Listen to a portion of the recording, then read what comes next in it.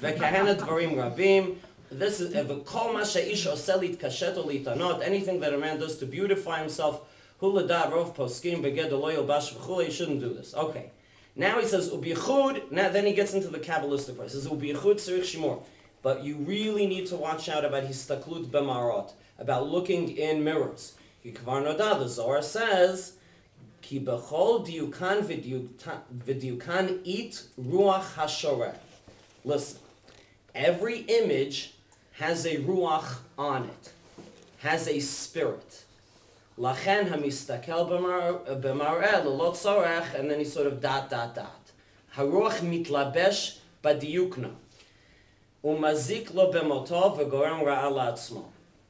Okay. Ein lecha partzuf v'tzelem tavnit etz ve'even. There is no thing that an image, whether it is made out of stone or wood, she'ein alav shoreh ruach umazik. There is a demonic force that is attached to anything that has any kind of image whatsoever.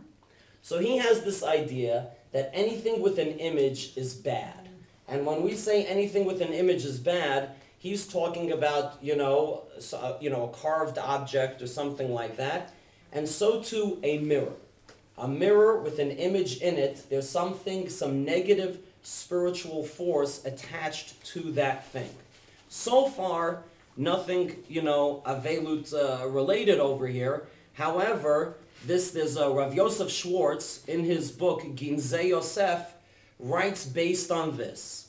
He says, Mashanagi, now he lived in Romania, so he's still from the same, group. Again, late 1800s. This is how they all are. He says, Mashanagim lahafoch hamarot, again, flipping the mirror. Hinei shamati atam. The reason I heard is lefisha bebeit ha'avel shachiach mazikin. Because in the Avel's house, it is common to have mazikin v'ruchot ra'ot. Let's call that negative spiritual forces. Umechablim, rachmana litzlan, and all these bad things. Mishum hachi sakana la'avel. Let's say yechidi balayla. This is also a reason why the Avel should not go out alone. This is dangerous, because he's susceptible to these negative forces. Kedei shelo yireh pnei hanach kalvin dechatzifin b'mar'eh, and since he shouldn't, by mistake, see these evil forces that are here called the kalvin dechatzifin, which is sort of the term that we use, so therefore what do you do? Lachen mafchin paneha. So, this opinion is now the fourth approach, which is the supernatural approach. This approach says that based on Rav Yonatan Eibshitz, there is some sort of a demonic force that associates itself with reflections in mirrors. Therefore, people shouldn't look in mirrors too much, in general. And the Ginzei Yosef says that people who are avelim have to be especially careful from demonic forces, and therefore they shouldn't look in mirrors at all. Now, the idea that avelim must be very careful is in fact found in the Gemara. The Gemara does tell us that it says, here, the Gemara, this is in Brachot Nun Daled Amud Bet. Rav Yehuda says, Shloshat Tzrichin Shimur, there are three people that need special protection. Rashi says, Min HaMazikin, from demonic forces. They are Hacholeh, a sick person, because he's already, on the edge. Chatan V'Kala, a Chosin and Kala, on account of that Mazikin can't stand to see other people happy. And that's, by the way, one of the reasons, and basically I think the primary reason why they have a shomer. Why you have a shomer for the chatan, is so that he won't be alone and then can be attacked by some bad thing. And then the other one that they give is a chaya. A chaya is a woman giving birth.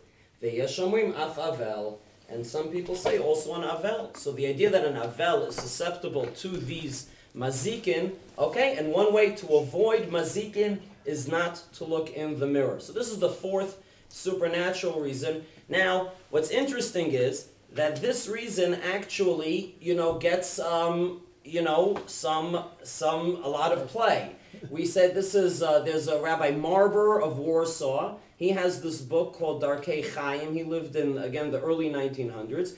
He says, Nohagin lechasot b'zayin yemei avelu b'bayit yeshev sham avel. It's customary to cover the mirrors. And he says like this, Minhag ze novea, where does this come from? From the Arot Vash, what Rav Yonatan Eibshitz says.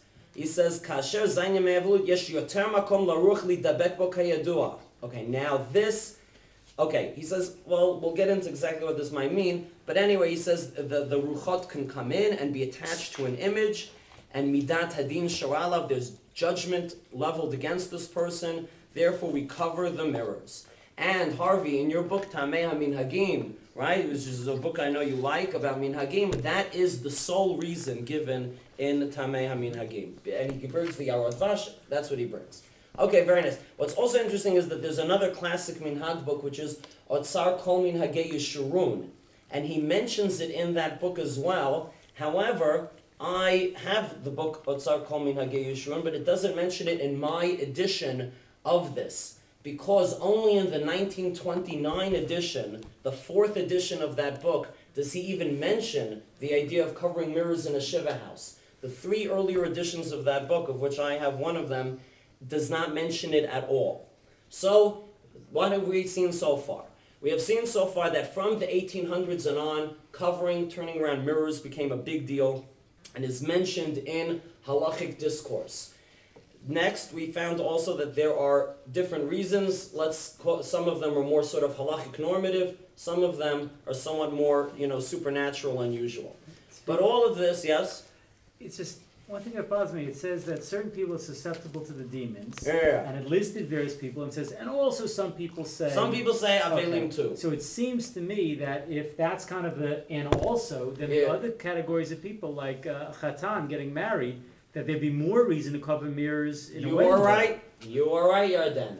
And that is a bit of a mystery, why this attached itself only to the Yesh Omrim people, and we don't cover up mirrors in a room where a woman is giving birth, the Chaya, the Chatan and Kala. I think it's normative for them to look in a mirror on their wedding day. Yes, that's something that they do. So there you go, this is very, very strange. Okay? Now, but you're right, it's a bit of a tough fit. Now, yes?